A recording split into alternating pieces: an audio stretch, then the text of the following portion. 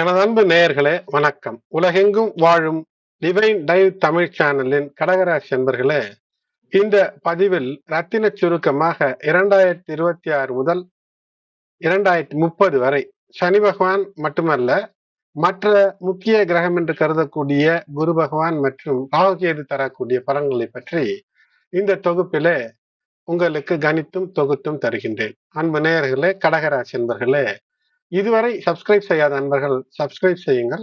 நோட்டிபிகேஷனை bell button on செய்து தொடர்ந்து இணைந்து ஆதரவு தர அன்போடு வேண்டுகின்றேன். இந்த கடகராசிக்கு இந்த காலகட்டம் என்பது இதுவரை கடந்து வந்த சோதனைகளை எல்லாம் கடந்து சாதனைகளை படைக்கக்கூடிய, விதியை மாற்றி பொற்காலமாக அமைத்து தரக்கூடிய காலமாக அமையும். இருந்தாலும் கூட இதுல ஏதோ ஒரு விஷயத்துல ஒரு பயம் என்பது இருக்கத்தான் செய்யும். ஒரு பிடிப்பு இருந்தால் நன்றாக இருக்குமே என்று இருக்கும். ஒரு பிடிப்பு, ஒரு சப்போர்ட் போன்று ஒன்று இருந்து கொண்டே இருக்க வேண்டும் என்ற அந்த நிலை இருக்கும். ஆனால் இவையெல்லாம் கூட வரக்கூடிய காலங்களிலே மிக அற்புதமாக மாறும். இந்த 5 ஆண்டு காலம் என்பது நிச்சயமாக உங்களுக்கு ஒரு நல்ல உதவி, நம்பிக்கையான உதவி என்பது இருந்தால் மட்டும்தான் உயர பறக்க முடியும், உயரங்களை தொட முடியும். ஆகையினால அக்கம் பக்கத்தார், தந்தை, தாய் போன்ற உறவுகளை பகைத்துக் கொள்வது, நட்புகளை பகைத்துக் கொள்வது, உடன் வேலை செய்பவர்களை பகைத்துக் கொள்வது என்பது ஆகவே ஆகாது. பணிவு, கனிவு இவையெல்லாம் வெற்றியை தரும். தாயுள்ளம் கொண்டு இருந்தால் மட்டும் போதாது, உண்மையான உள்ளன்போடு இருக்கும்போது வெற்றி. உச்ச நிலையும் உங்களுடைய வாழ்க்கைக்கு அடுத்த கட்டத்திற்கு அற்புதமாய் யாரும் வெல்ல முடியாத நிலை பெற வேண்டும் என்றால் இந்த 5 ஆண்டு காலம் எல்லாவற்றையும் அனுசரித்து நல்ல விஷயங்களை செய்து நல்லதை நாடி நீங்கள் செல்லும் போது உங்கள் மீது படக்கூடிய கற்கள், அது கண் படக்கூடியதாக இருக்கலாம், கல் படக்கூடியதாக கூட இருக்கலாம். ஆனால் அவற்றையெல்லாம் நீங்கள் சகித்து வாழ்க்கையிலே முன்னேற நினைக்கும் போது மிகப்பெரிய உயரங்களை தொடக்கூடிய அற்புதத்தை தரும். புனர்பூசம் 4ஆம் பாதம், பூசம் நட்சத்திரம், ஆயில்யம் நட்சத்திரம் ஆகிய இந்த நட்சத்திரங்களுடைய 9 பாதங்கள் இந்த கடகராசி மண்டலத்திற்குள் அடங்கும். முதலில் சனி பகவானை பார்க்கும்போது அஷ்டம சனியாக இருந்தவர் முழுவதுமாக அந்த பலன்களை நீக்கி இப்போது பொன்னான காலமாக கடந்த மார்ச் மாதம் தொட்டு 29 மார்ச் 2025 முதல் கிட்டத்தட்ட மார்ச் 2028 வரை பாக்கிய சனியாக இருந்து அற்புதங்களை செய்வார். சனி பகவான் இங்கு சஞ்சரிக்கக்கூடிய காலகட்டத்தில் பிரச்சனைகள் எல்லாம் நீங்கும். இருந்தாலும் தந்தை வழி அல்லது தந்தை வழி அனுகூலங்கள், தந்தைக்கான உடல்நலம், தந்தைக்கான விஷயங்களில் சில பிரச்சனைகள் தென்படலாம். அந்த பிரச்சனைகள் உங்கள் தந்தைக்கு நீங்கள் தந்ததாக இருக்கலாம், அல்லது தந்தையே சற்று சட்டத்திற்கு புறம்பான விஷயத்துல சிக்கி தவிக்கக்கூடிய சூழ்நிலையாக இருக்கலாம். ஆனால் உங்களுக்கு வர வேண்டிய லாபத்துல உங்களுக்குரிய விஷயத்தை மட்டும் பெற வேண்டும். முயற்சிகளில நல்ல முயற்சிகள், சீரிய முயற்சிகள் மட்டுமே இருக்க வேண்டும். பேச்சிலும் கூட நடக்கக்கூடிய, அதாவது டான்ஜிபிள் டெசிஷன்ஸ் என்று சொல்வார்கள். எந்த டெசிஷன் டான்ஜிபிள் நடக்குமோ, நல்லவையை தருமோ அதை மட்டும் எடுக்க வேண்டும். நீங்கள் தவிர்க்க வேண்டியது என்ன? உடல் நலத்திற்கு ஒத்துக்கொள்ளாத விஷயங்களை தவிர்க்க வேண்டும். ஒரு விஷயத்திலே நமக்கு அடி விழும் என்று தெரிகிறது என்றால் அதில் தப்பித்து இருக்க வேண்டும். அந்த அடி என்பது பிசிக்கல் மட்டுமல்ல, உடல் நலத்திற்கு அடி விழும் என்று உணவுகளை கூட அல்லது எதிர்நிலையான விஷயங்களில் கூட அதிலிருந்து தவிர்த்திருப்பது சிறப்பை ஏற்படுத்தும். மார்ச் 2028 முதல் கிட்டத்தட்ட 2030 வரை 10ஆம் இடத்திற்கு கர்மச்சனியாக நின்று பலன் தருவார். அந்த கர்மச்சனியாக நின்று பலன் தரக்கூடிய போது மேஷத்திலே சனி பகவான் நீச்ச நிலையில இருப்பார் 10ஆம் இடத்திலே. இந்த சனி பகவான் உங்களுடைய ராசிக்கு 7 மற்றும் 8ஆம் இடத்திற்கு அதிபதி. ஆகையினால் வாழ்க்கை துணை அல்லது அரசு வேலையில் இருக்கிறீர்கள் என்றால் அதில் வரக்கூடிய லாபம், இவற்றிலே நேர்த்தியான விஷயங்களை செய்ய வேண்டும். வரம்புக்கு மீறிய விஷயங்களிலே லஞ்ச லாபங்களில் ஈடுபடுவது, தேவையற்ற பொய் புரட்டில ஈடுபடுவது, இவையெல்லாம் நிச்சயமாக நீங்கள் தவிர்க்க வேண்டிய காலம். சுப விரயங்கள், வீடு கட்ட வேண்டியது, சற்று கூடுதல் கடன் வாங்கி ஒரு வீட்டை கட்டி முடிப்பது, திருமண செலவு, இவையெல்லாம் நடக்கும். குடும்பத்தில ஏதேனும் ஒரு மராமத்து செலவு, புதிய வீடு, புதிய வீட்டிற்கான செலவு, இவையெல்லாம் நடப்பதற்கான வாய்ப்பு என்பது இருக்கும். இந்த காலகட்டத்தில் வாழ்க்கை துணை, உங்களுடைய தாய், இவர்களுடைய உடல்நலத்தின் மீது சற்று கூடுதல் அக்கறை என்பது இருக்க வேண்டும். உங்களோடு உடன் வேலை செய்பவர்கள், அவர்களை நம்பி முழுவதுமாக ஏதேனும் பணிகளை விட்டு நீங்கள் ஏதோ ஒரு வேலை செய்து கொண்டிருந்தீர்கள் என்றால் அதில் ஒரு நஷ்டத்தை சந்திக்கக்கூடிய சூழ்நிலை. ஆகினால் எந்த வேலையில் ஈடுபட்டாலும் அதில் கண்ணும் கருத்தோடு ஈடுபடுவது மட்டுமே சிறப்பை ஏற்படுத்தும். குரு பகவானை பொறுத்தவரை இந்த காலகட்டத்தில் 1, 2, 3, 4 என்று அந்த இடங்களை மாறி மாறி பலன் தருவார். குரு பகவானை பொறுத்தவரை ஜூன் 1, 2026 முதல் டிசம்பர் 30 வரை கடகராசியிலே உச்சம் பெற்றிருப்பார். இந்த குரு பகவான் உச்சம் பெறுவது உங்களுடைய ராசியில அச்சம் நீக்கி நீங்கள் செயல்பட வேண்டும். ஏனென்றால் ஏதோ ஒரு விஷயத்திலே நான் முதலிலே சொன்னேன், சனி பகவான் இருக்கக்கூடிய நிலையிலும் கூட ஏதோ ஒரு விஷயத்துல ஒரு பிடிப்பு வேண்டும் என்று உங்களுக்கு தோன்றும். குரு பகவான் ராசியில் இருக்கும் போது ஏதோ ஒரு செலவு என்பது இருக்கும். அதே சமயத்துல இது நடக்குமா நடக்காதா என்ற ஒரு சந்தேகம் இருந்து கொண்டே இருக்கும். இருந்தாலும் கூட வாழ்க்கை துணை, உங்களோடு வேலை செய்பவர்கள், இவர்களுடைய ஆதரவின் காரணமாக நீங்கள் வெற்றியை பெறுவதற்கான வாய்ப்பு என்பது அமையும். அதேபோல் உங்களுடைய பிள்ளைகளுக்கு நன்மைகள் ஏராளமாக நடக்கக்கூடிய அமைப்பு. அது மட்டுமல்ல, இந்த காலகட்டத்துல பாக்கிய சனி உண்மையிலே அதிர்ஷ்டம் தர துவங்கி விடுவார். அந்த அதிர்ஷ்டத்திற்கு ஒரு பக்கபலமாக ஏதோ ஒன்று இருக்க வேண்டும். அது தெய்வ நம்பிக்கையாக இருக்கலாம், உற்றார் உறவினர் நட்பாக இருக்கலாம், அல்லது திடீர் என்று வரக்கூடிய உதவிகளாக இருக்கலாம். எப்படியோ இந்த நிலையில வெற்றி என்பது இருக்கும்.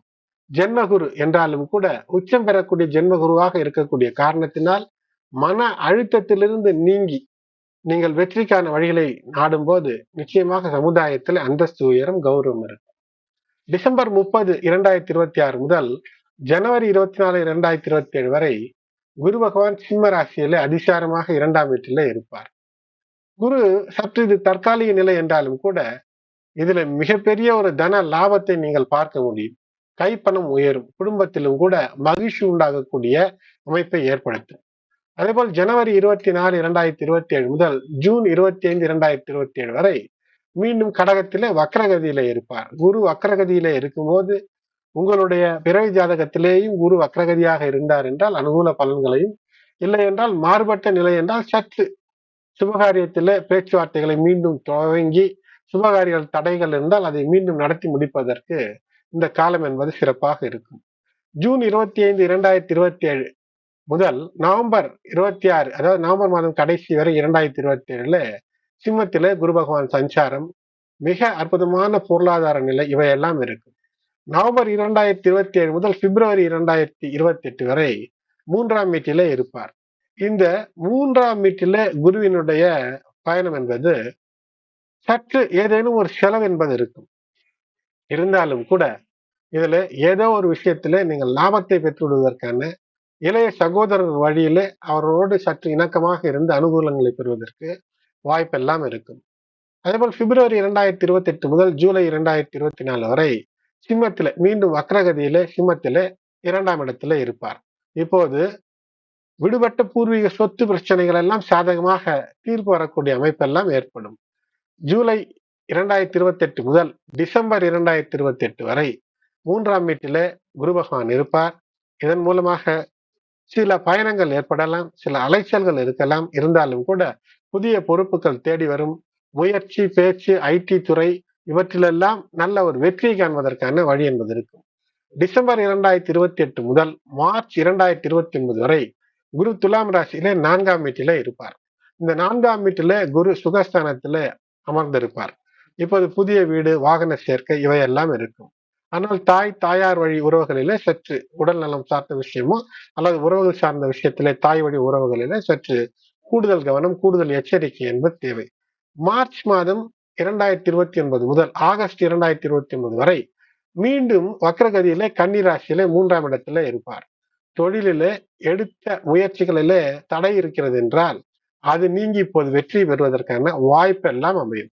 ஆகஸ்ட் மாதம் 2029 முதல் ஜனவரி 2030 வரை 4ஆம் வீட்டில் அமர்ந்து சொத்து வாங்குவது, பழைய வீட்டை புதுப்பிப்பது அல்லது விற்பது, புதிய வீடு வாங்குவது போன்ற பல அனுகூல நிலைகள் எல்லாம் இருக்கும். அதே போல் ஜனவரி 2030 முதல் மே 1, 2030 வரை 5ஆம் வீட்டில் இருப்பது என்பது மிக அற்புதமாக இருக்கும். இப்படி குரு பகவான் மாறி மாறி அற்புதங்களை அள்ளித்தரக்கூடிய அமைப்பை தருவார். ராகுகேது பயிற்சிகளும் டிசம்பர் 5, 2026 வரை ராகு கும்பத்தில் 8ஆம் வீட்டிலும் கேது 2ஆம் இடத்துல இருப்பது ஆண்டின் இறுதி வரை இருக்கிறார். ஆகினாலே பண விஷயத்திலும் பேச்சிலும் சற்று நிதான போக்கு என்பது தேவை. அதன் பின்னராக ராகு 7, கேது உங்களுடைய ராசியிலும் இருப்பார். இப்போது உண்மைக்கு புறம்பான விஷயங்களிலே ஈடுபடாதீர்கள். பேராசை நிச்சயமாக தவிர்க்க வேண்டும். எதிலையுமே மிகப்பெரிய பற்று வைத்து எப்படியும் சாதித்து விடுவேன் என்று சவாலெல்லாம் விடக்கூடாது. சைலண்டாக இருந்து நல்ல விஷயத்தை சாதித்து காட்ட வேண்டும். கணவன் மனைவிக்கு இடையே பரஸ்பரம் அன்பு இருக்க வேண்டும், விட்டுக் கொடுக்க வேண்டும். கூட்டு தொழிலாக இருக்கிறது என்றால் கூட்டாளியை தவிர்த்துவிட்டு சுயநலமாக யோசித்தீர்கள் என்றால் தடை நிச்சயம், தாமதம் நிச்சயம், அவமானம் நிச்சயம். அதேபோல் அதன் பின்னர் ராகுவானவர் 6ஆம் இடத்திலும் கேது 12ஆம் இடத்திலும் இருக்கக்கூடிய காலகட்டம். அதே சமயத்துல குரு இந்த சம காலத்தில் இருக்கக்கூடிய நிலைகளை பார்க்கும்போது அதிர்ஷ்டத்தை அள்ளி குவிக்கக்கூடிய அற்புதங்களை எல்லாம் தரும். 2031 துவங்கும் போது கடகராசி மிகப்பெரிய அற்புத உச்சத்தை தொடும். அச்சமின்றி வெற்றியை பெறலாம். வெற்றி தானாக வந்து குவியக்கூடிய அமைப்பு இருக்கும். எதிரிகள் எல்லாம் காணாமல் சென்றிருப்பார்கள். பகைத்தவனெல்லாம் திகைத்து போகக்கூடிய அளவிற்கு ஒழிந்திருப்பான். வெற்றி என்பது மிகப்பெரிய வெற்றியாக இருக்கும். ஒன்றே ஒன்று தேவை, ஆன்மீக நாட்டம். பக்தியிலே சற்று உங்களுடைய கவனம். ஆன்மீகத்தினுடைய தீவிரம்தான் பக்தி. ஆகையினால் அதுல ஒரு பக்தி மார்க்கத்தில் ஈடுபடுவது, உண்மையோடு இருப்பது, உள்ளன்போடு இருப்பது. பொய் இருக்கிறது, புரட்டு இருக்கிறது என்றால் நிச்சயமாக வெளிவர வேண்டும். இதுதான் மிகப்பெரிய பரிகாரமாக இருக்கும். சனி பகவானுக்கான பரிகாரமாக அனுமன் சாலிசா பாடுவது, பாராயணம் செய்வது, உடல் அளவிலே முடியாது இருப்பவர்களுக்கு உள்ளத்தளவிலே எழுச்சி தரக்கூடிய அளவிற்கு ஏதேனும் நல்ல உதவிகளை செய்வது, வியாழக்கிழமைகளிலே தட்சிணாமூர்த்தி வழிபாடு, கொண்டைக்கடலை வைத்து வழிபாடு செய்வது, நெய் தீபம் ஏற்றி வழிபாடு, அதுவும் வியாழன் வெள்ளிக்கிழமைகளிலே செய்வது, ஏழை மாணவர்களுக்கு எளிய உதவிகளை கூடிய மட்டும் செய்வது, அது மட்டுமல்லாமல் செவ்வாய் மற்றும் வெள்ளிக்கிழமைகளில ராகுகால வேளையிலே துர்க்கை அம்மனுக்கு தீபமேற்றி வழிபாடு செய்வது, பிரதோஷ நாட்களிலே சிவபெருமானுக்கான வழிபாடு, முடிந்தால் இந்த சிவபெருமானுக்கான அபிஷேக பிரியர் என்று சொல்வார்கள். அதற்கான பால், இளநீர், தேன் இவையெல்லாம் வாங்கி தருவது ராகு கேது தோஷங்களை நீக்கி அற்புதத்தை உங்களுக்கு தரும். கடகராசி என்பவர்களை தொடர்ந்து இணைந்திருங்கள். இதுவரை டிவைன் டைவ் தமிழ் சேனலை சப்ஸ்கிரைப் செய்யாத நண்பர்கள் சப்ஸ்கிரைப் செய்து நோட்டிபிகேஷன் பட்டனை ஆன் செய்து தொடர்ந்து இணைந்து ஆதரவு தர அன்போடு வேண்டுகின்றேன். நன்றி.